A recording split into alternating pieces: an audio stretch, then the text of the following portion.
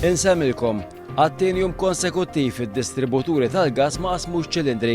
Dan hekk kif il-Liquigas qed tkompli tirrifjuta li flimkien maċ-ċilindri tagħha tqassam ukoll ċilindri tal-EasyGas. Sakemm jintlaħaq bil bejn il-Gvern u l-GRTU, il-Union li qed tirrappreżenta lid-distributuri tal-gas qalet li mhux se jkun hemm tqassim ta' gas fid-Djar Maltin.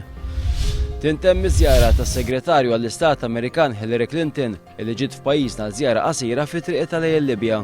Clinton faħret lil Malta rwol tagħha fl-evakwazzjoni ta' ċittadini Amerikani mill-Libja u qalet li minkejja ċ-ċokon ta' pajjiżna, ir-rwol ta' Malta huwa sinifikanti fit-twettiq tal-paċi fil-Mediterran.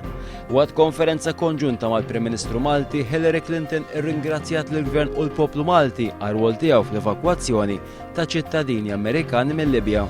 Il-Kummissarju Ewropew John Dalli jgħid li l-Obondi kien involut fil-kumplott skandaluż fil-konfront tiegħu biex jitneħħa mill-kabinett. John Dalli f'intervista li saritlu fil-programm Inkontri qal li f'pajjiżna d-demokrazija fix-xandir tnawret u qed toħloq problemi ta' informazzjoni reali liċ-ċittadini. Minnaħa tiegħu id-deputat nazzjonalista Jeffrey Policino Orlando fl-istess programm akkuża lill-Obondi li qed jagħmel ħsara l-Partit Nazzjonalista bil-pożizzjonijiet li qed jieħu. Stħarriġ li sar reċenti mill-Eurobarometer juri li 92% tal-Maltin jaħsbu li l-ħajja f'pajjiżna hija għolja wisq. L-istħarriġ tal-Eurobarometer li għall-Aġenzija tal-Istatistika tal-Unjoni Ewropea sar f'Ġunju li għadda. Meta tqabbel il-konklużjonijiet tal-istħarriġ ta' din is-sena ma' Ġunju 2010 jirriżulta li s-sitwazzjoni marret lura fatta oqsma. Jasal lura d-dar is-soldati Iżraeljan li nħeles wara li kien ilu miżmum għal aktar minn 5 snin f'Gaza.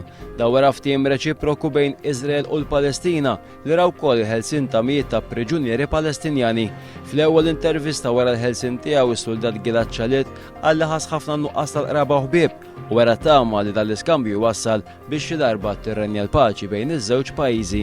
Lura lokalment u fi sqarrija l-Ministru Ostingat iddefenda l-pariri tekniċi li kienu ingħataw lill-Gvern dwar ir-rotot oriġinali tat trasport pubbliku u qal li kienu validi.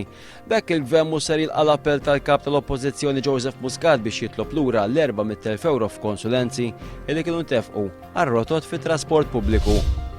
Il-Kumitat Parlamentari għall-Affarijiet Soċjali ddiskuta Paċeville ġie spjegat fil-Parlament li l-Pulizija qed jiffaċċjaw problemi kbar biex iżommu l-ordni f'Paċeville.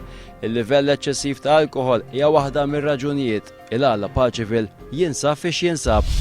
U fl-aħħar nett fit-tmiem din il-ġimgħa l-Partit Laburista se jkun qed itella Kungress Reġjonali f'Għawdex bit-tema Għawdex kif jixraq lil uliedna.